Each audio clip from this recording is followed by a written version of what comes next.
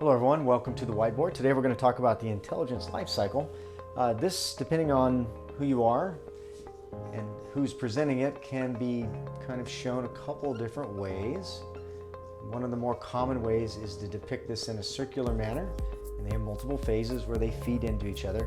And that is very good. That is awesome, and that's a great way to depict this because it is indeed a cyclic kind of process. This life cycle is meant to feed in where you have everything goes from direction to assessment on whether it's good or not. But what I want to do, instead of doing that kind of traditional model, is really map it to the threat intelligence cybersecurity industry that we see on a regular basis, because it is a little different in that how we shred things out. And I want to make sure that as beginners and as folks are reading this, or in this case watching this, that you're seeing it in the same way that we visualize it in threat intelligence and cybersecurity. So first thing, let me get the phases up here, and I'll draw them out one at a time. So everything starts with direction. And in direction is where you, as a company, as leaders in your company, will spend time and define what your objective is in security and intelligence, and what your key questions are that you're interested in answering. So you may have many questions, but you may have major key questions, which is what we'll focus on here, and what your intelligence lifecycle is going to focus on right along with you. If you don't have at a handy ready as a leader your top threats, your top worries and risks, then you don't have necessarily the right answers out of your intelligence program. I won't say that's wrong or it's not efficient. I'm just saying you may not be getting the right answers that you need, because you should have that handy, just like you should have who your crown jewels are, who your most riskiest high value assets are, and how they could be impacted at any point. That should be ready at your fingertips. And one of the ways that you can figure that out is through the intelligence lifecycle. So part of this direction piece is you define objectives, staying on topic here, and those objectives could be anything. Like you might have an objective of data privacy, and it could be even that general. You don't have to get super specific here. Just say, look, at a high level, because you're defining goals and vision here. My objective is to keep all my data private, keep it in my network, keep it where it's supposed to. My idea is to have solid, secure transactions, right? That my third-party data is secure, and so on. You might have multiple objectives. And you're going to ask, once you define your objectives, key questions that you want to get answered. How can I do this is typically where the key question part comes in. How can I perform? How can I keep my data in my environment? How can I keep myself safe from ransomware? Those would be key questions you might ask, and they become the direction that your intelligence program is going to follow.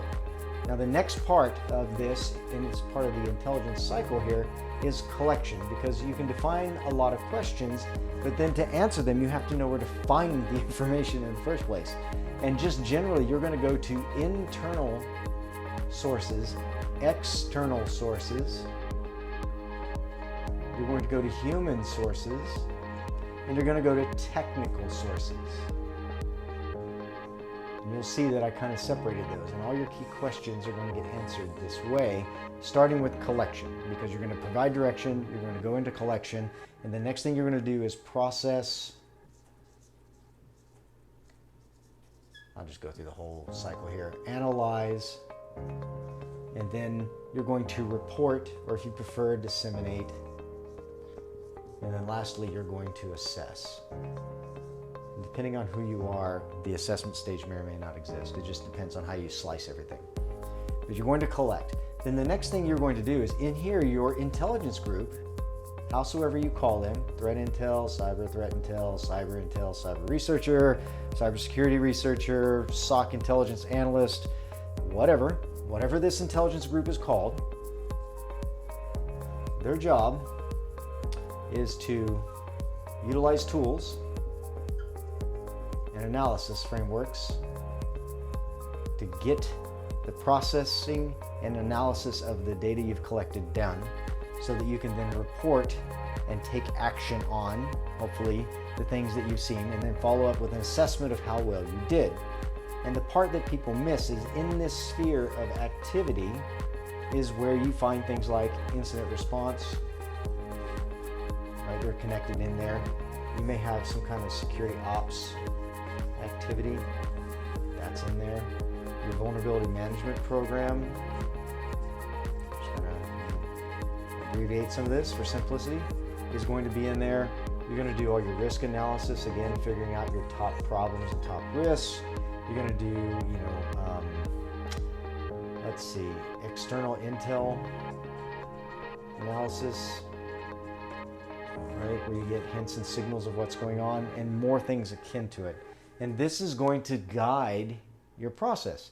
All this is going to be happening in here, where your intelligence group will take that information that gets collected from these locations, internal, external, human, and technical. And it's worth touching on this for a second here. Internal may seem very simple. That's everything inside your network. That can be devices, that can be data stores, that can be policy, guidance, whatever. External is everything outside. So that's where you're going to get a lot of your hints and signals, and we've covered on data and data points in earlier talks. And that's going to be information that you're not doing, but other people are doing, that are going to help you understand how that impacts the answer to your key question. Human element, of course, is your human element, and technical is going to be the technical resources, primarily devices and technology you have inside your particular network. It is separate here. These are two different categories because they slice differently. This is pretty much devices. This can be policy, directives, information, and other elements. And all that's going to feed into and be processed by your intelligence group. Now, it's worth mentioning, what does processing mean? This might be 1 million log files from internal and technical sources. This might be thousands of entries from that people have pulled from Telegram, pulled from darknet forums, pulled from external sources that are talking about damaging your brand or taking action against you or just complaining. There's so many variants here, it's kind of hard to categorize it. How do you refine that down to a window of things that you only really need to pay attention to is where the processing comes in. It classifies and categorizes and organizes the information, deduplicates and takes out things, and then abstracts away data that doesn't necessarily need to be looked at initially and pushes it a little farther away but doesn't get rid of it, while bubbling up to the surface the most key things that you need to pay attention to. And that may be done with tools, it may be done through analytical framework, doesn't matter. And then that will go to analysis, and the analysis will do risk analysis, it'll do risk analysis, it'll do hazard analysis, it'll look at it in whatever frameworks you happen to use. So if you're a fan of MITRE, you'll have the MITRE attack framework laid out. It might pull that information laid out in the scale of an attack. If you have there's so many different risk frameworks, but just pick one instead of me going through them all. Whatever your risk frameworks are you've chosen, you'll go through those during your analysis phase to figure out what you need to pay attention to, but basically contextual and personalized to you. Those are the key things you need to remember. Context and personalization. Like you may see something in the news, it may even be in the same field that you are in, but if it's not contextually linked to you and it's not personal to you, like you don't do business with them, their environment would definitely look different than yours, you're just in the same industry, context of the attack doesn't match the context of how you utilize that product or that particular technology, then they're not something necessarily you would want to move up to and bubble to the front and key look at and report on. Because really we're talking about how you focus on what's important is really the whole thrust of a lot of this, and how you process it here is through the intelligence lifecycle. I'm adding in this separate column because it's important to see how we actually do it in the field versus kind of the academic cycle of, okay, here's how you kind of do this. No, you get direction, you collect from as many sources as you can, as broadly and widely and deeply as you can, you process that to abstract away things you shouldn't need to pay attention to the things you should. You perform analysis on those key elements so that you know what you can pay attention to and should pay attention to right now and in the next, say, 30 days, whatever your kind of breakdown is. Report on it, and by reporting, not only do you write something up, but you might actually shoot a digest of information over, say, to the threat hunting team so they know what to go look for in the environment, see if you're having problems.